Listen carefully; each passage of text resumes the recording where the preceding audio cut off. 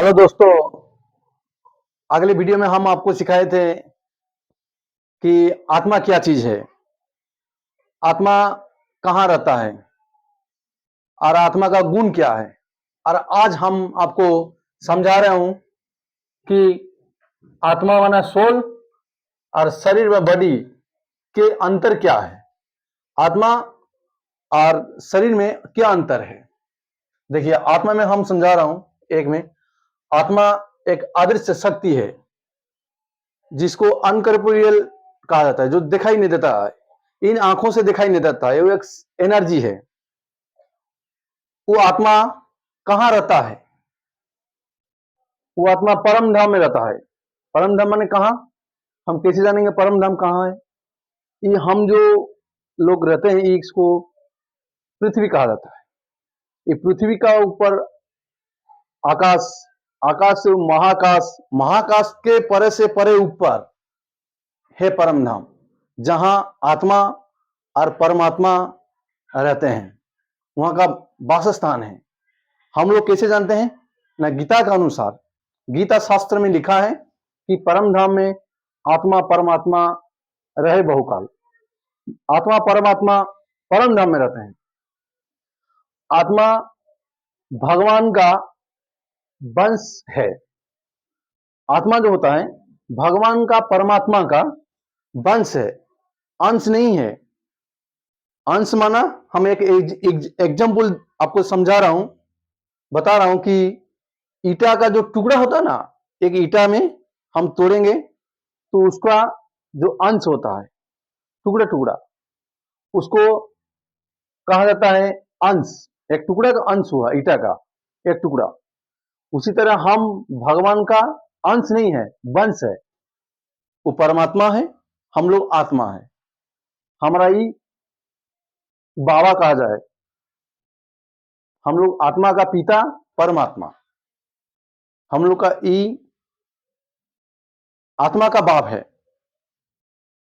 आत्मा की कोई लिंग नहीं होता है।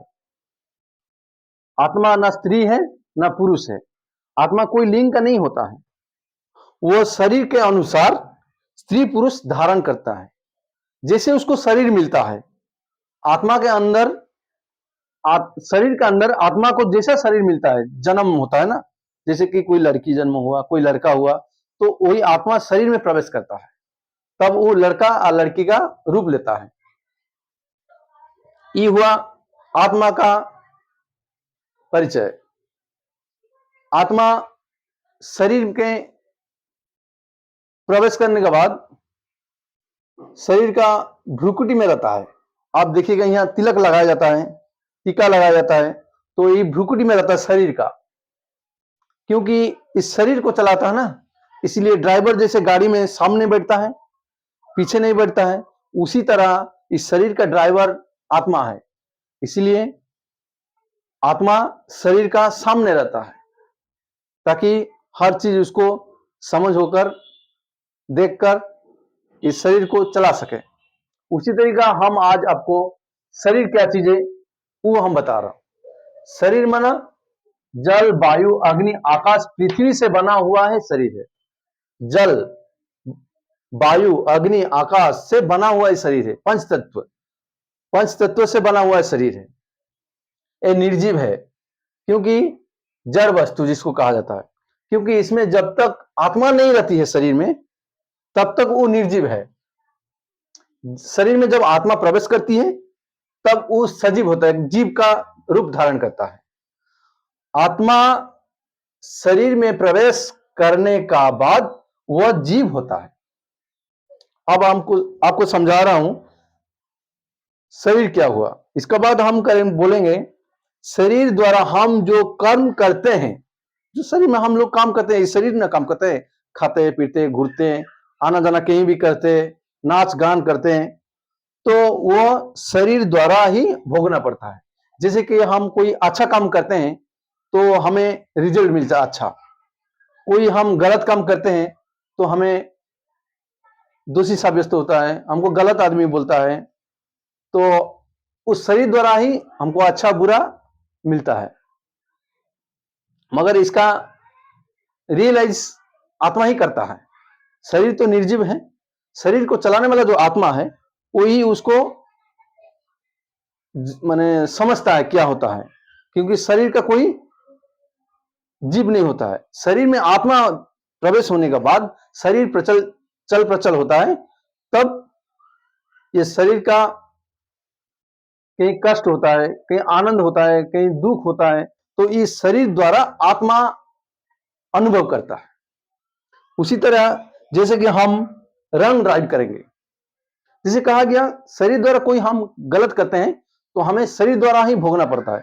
हम एग्जाम्पल आपको दे रहे हूं कि यदि हम कोई शरीर द्वारा गाड़ी चलाए, रंग ड्राइव किए, तो मेरा कोई एक्सीडेंट हुआ, तो मेरा कहीं हाथ पैर कहीं चोट आया, तो मैं अपना रंग ड्राइव के चलते मेरा शरीर में चोट आई, तो मेरा शरीर को चोट आया माना मेरा आत्मा को ही भोगना पड़ेगा।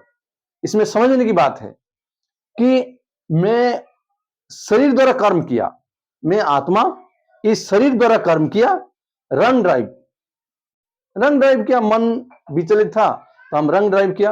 रंग ड्राइव करने के बाद मेरा एक्सीडेंट हुआ, हादसा घटा, तो मेरा शरीर में, मैं शरीर नहीं हूं, मेरा शरीर में चोट आई, तो मैं आत्मा को कष्ट हुआ, क्योंकि शरीर द्वारा जो हम कर्म करते हैं, कोई भी कर्म करते हैं, तो हमें समझदारी होकर करना पड़ेगा, नहीं तो इस शरीर द्वारा ही हमको भोगना पड़ेगा।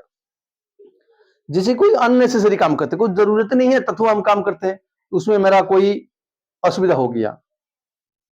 जैसे कि कोई भोज होता है तो ज्यादा खा लेता है, तो कंट्रोल में रहना चाहिए। ज्यादा खा लिया माने शरीर को दुख दिया, किसे?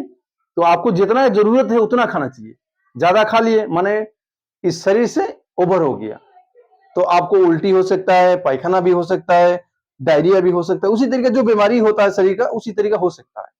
तो इसीलिए शरीर द्वारा हम जो भी कर्म करेंगे हमें शरीर द्वारा ही भोगना पड़ेगा। इसलिए शरीर को चलाने वाला आत्मा है, शरीर अपने आप नहीं चलता है। ये मेरा शरीर है, मैं शरीर नहीं हूं। मेरा हाथ है, कहीं हम डॉक्टर के पास जाते हैं तो बोलते नहीं ये मेरा हाथ है, मेरा सिर दर्द है, मेरा पैर दर्द है, तो ये मेरा शरीर है। मैं शरीर नहीं हूं, मैं एक आत्मा हूं। आत्मा इस शरीर को चलाता है। इसलिए आप